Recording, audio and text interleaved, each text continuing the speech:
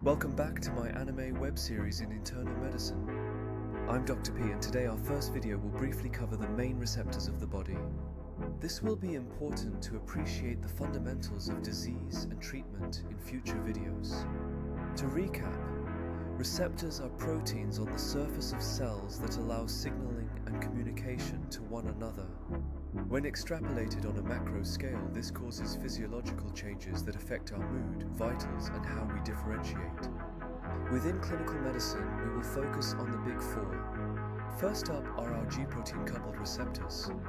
These are embedded in cell membranes that bind to ligands to cause a change in the membrane shape. Great examples of these are our alpha, beta, and opioid receptors.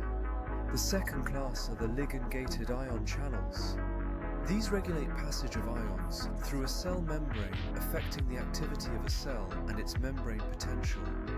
Classic examples are nicotinic acetylcholine and our GABA receptors. The third group are the tyrosine kinases, which are receptors that respond by ligand binding, and autophosphorylate tyrosine residues that lead to a cellular downstream effect. These play a big role in our cell growth and metabolism.